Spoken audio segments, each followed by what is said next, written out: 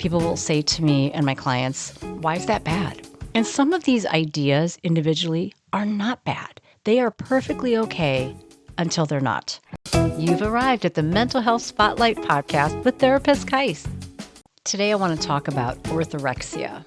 Orthorexia, you don't meet clinical criteria for a diagnosis, but you're still very much suffering. And you're also in a gateway space that's very close to an eating disorder like anorexia or bulimia, or you're recovering from an eating disorder and it's your halfway out. It's 1 foot in, 1 foot out. You are no longer malnourished, likely, or undernourished or overnourished. You are likely not medically fragile. You are likely not going to a higher level of care, but you still have a lot of symptoms and you're still struggling with the same kind of thing that put you there in the first place.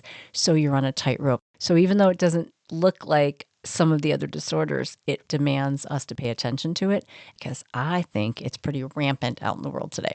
Orthorexia. Let's talk about it. One of my most concerning eating disorder features. And I say features because the latest DSM has not yet acknowledged it as a classification of a full diagnosis yet. But I think we're going to see it coming. And I find that it is a insidious feature, as we'll find out, because it can show signs of anorexia, bulimia, other eating disorders, and it can also be a bit of a precursor because so many features can overlap. So orthorexia has kind of 10 features we're going to talk about. Now, one thing I'll say from the beginning, as I mention these 10 items, people will say to me and my clients, why is that bad? And some of these ideas individually are not bad. They are perfectly okay until they're not. And that's the case with a lot of this.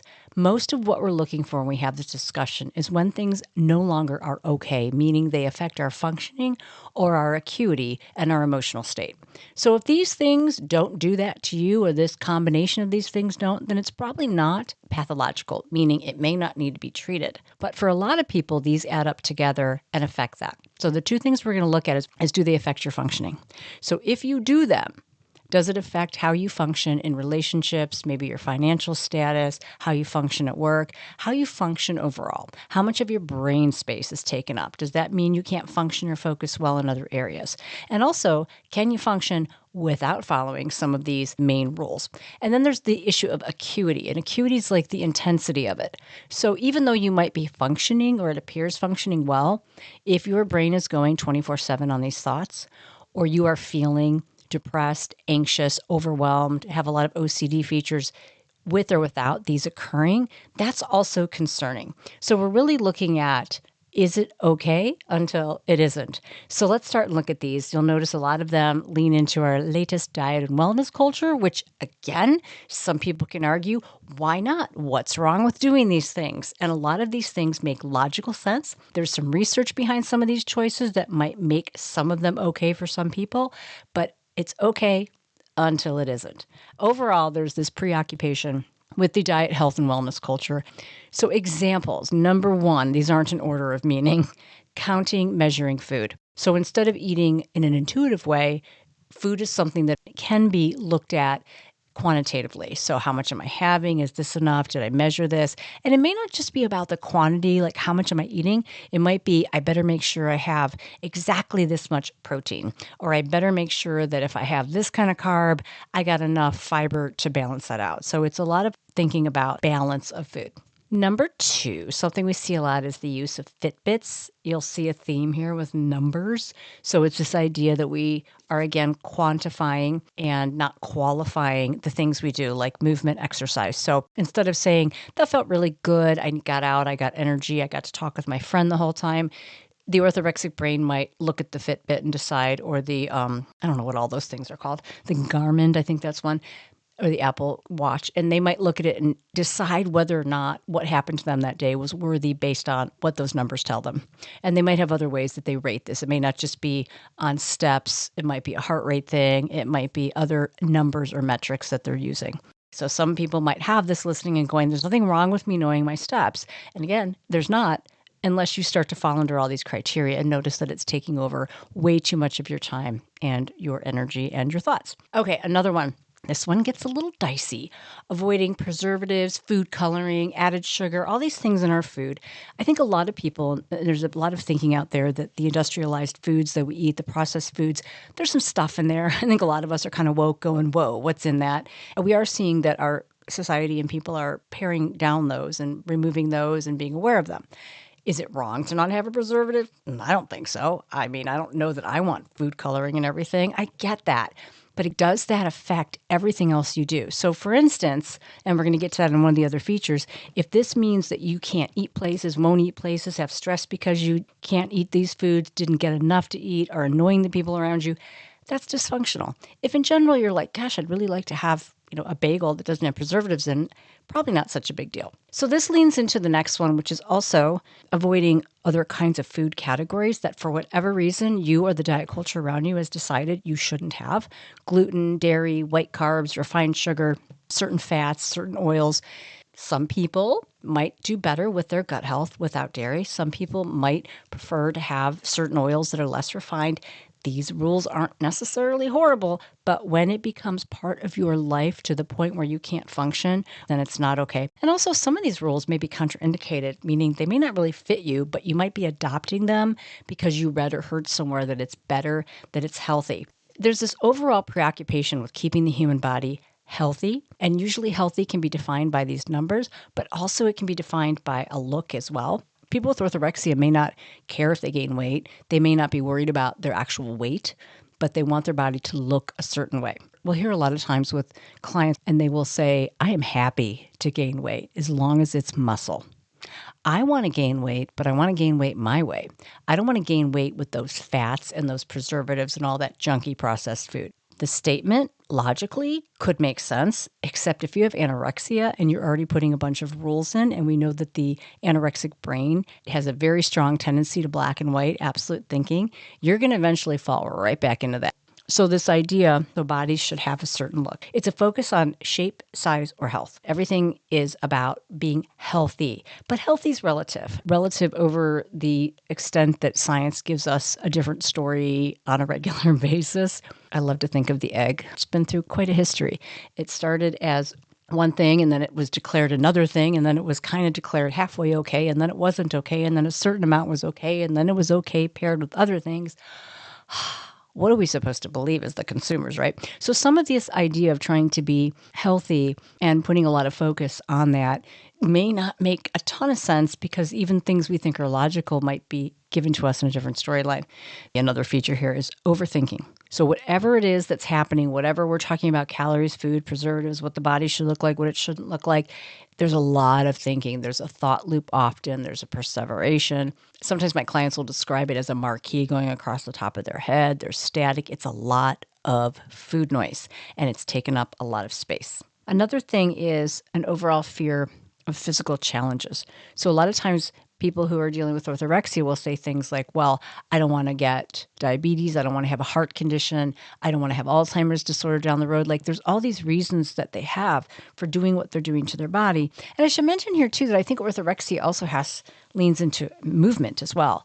It's not just about what you'll eat or not eat. It's also about how you approach movement. And I mentioned that earlier and how we judge it with the metrics and not necessarily in an intuitive way. A sign of orthorexia might be not eating out, not eating at events. Now, this isn't always that, and it could also be a sign of anorexia, right? You'll see, again, that layering, but it might be that person that goes out and has fun, but they don't want to eat anything there because they don't know that the stuff's made the way they want it made. Maybe they don't want anything made with canola oil, or they don't want to eat anything that has white flour in it, or they don't want to eat anything that was processed in a store. So they won't eat anything at the party, or they won't eat anything at the event, or they'll go out to eat at a restaurant and everyone else is ordering, but they might order something that's very kind of whole foody. But if that's someone who will only eat that type of food and can't enjoy time out with others, which probably annoys your friends because they would like to go out to eat with you. I think I leaned into this, but I'll say it one more time. Black and white absolute thinking. Anytime anyone with a predisposition for an eating disorder focuses on something in a very black and white way, it's dangerous. I mentioned that earlier because it gets you so close to getting caught into an algorithm that is, for a lot of eating disorder brains, not enough. And by that meaning, it's just never enough to do what you're currently doing. The eating disorder brain always wants to go for a better version, the most perfect version. And that's really dangerous. And of course, with food, it is too, because like I mentioned earlier, if you're always insisting on only eating a certain way, that's going to cause some problems down the road, and it's going to keep you very locked in. If we lived in a world where all of our food was unprocessed and we didn't have preservatives and food coloring and all this stuff in our food, I think we could look at this as something that was more normative because you could do it anywhere and it wouldn't affect so much. But that's not the world we live in. And especially when we do this for our children and we try to keep them in these sort of food bubbles, until the world around them looks like that, we're asking them to act in a way that could affect them and could deny them food and could keep them away from certain types of nutrition, as well as promoting a black and white thinking, which is a really dangerous way to think. So when we talk about what's out there, we have to be honest about what's in a vending machine, what's at a party, what's at the roller rink snack bar, what are they having in the cafeteria at school. We don't have this 100% pure society of food yet around us, and maybe some of us would like that, but we can't make these rules and then send our loved ones and certainly our children out into the world and to make those decisions. That's where they become orthorexic, because they're trying to live by these demands that our world just isn't quite offering for them yet. Okay, so there's a whole bunch in here. Remember, counting food, looking at too many metrics, avoiding too many kinds of food, refusing to eat in certain places, avoiding whole groups of food, spending an enormous amount of time thinking or focusing on this or planning about it, being absolute, being black and white, focusing on your shape, your size, your overall health, a lot of perseveration and worry about your physical health. Remember, it's about the functioning and the acuity, not really the food rule. It's how it affects you. And also, it's okay until it isn't. So you or someone you care about can gauge whether or not it's okay based on their functioning and their acuity. So how do you treat this? So if you have orthorexia or you know people around you with orthorexia, the idea is to kind of add a gray area, to add the flexibility, the neuroplasticity with your rules, to challenge the logic behind some of your rules, to allow for yourself to live in that middle area, because that's going to allow the brain to be more flexible and be less prone to what could happen next, which is anorexia. If you're very orthorexic, you're a step away, potentially, from stepping into anorexia. And for some people, anorexia drops into orthorexia, meaning you're healing from anorexia, you are eating, you're not medically fragile, you're taking care of your body now, you might even have approval to do movement again, but you're keeping it so tight. You're controlling everything around you. You're still thinking about food all the time. You're still so fearful about food. It's just that you're doing it better than you were doing it when you were anorexic, but you're still doing it. You don't have behaviors, but so much about your experience is still so disordered because you haven't done a lot of that internal work yet. You're changing behaviors. Cool, great first step, but you're not done. So we see that happen a lot where orthorexia becomes the new diagnosis. Preferred to anorexia, because most people with orthorexia will continue to live and function, and they can go about their day, and they often don't end up in higher level of care. They are much less acute overall, but they're still suffering. So this is the orthorexic view. You can get more information. I know Nita has some information, the National Eating Disorder Association. And I'll also have information in the show notes and resources. Thanks for listening. Thanks for listening to the Mental Health Spotlight podcast, helping you hold hope on your recovery path.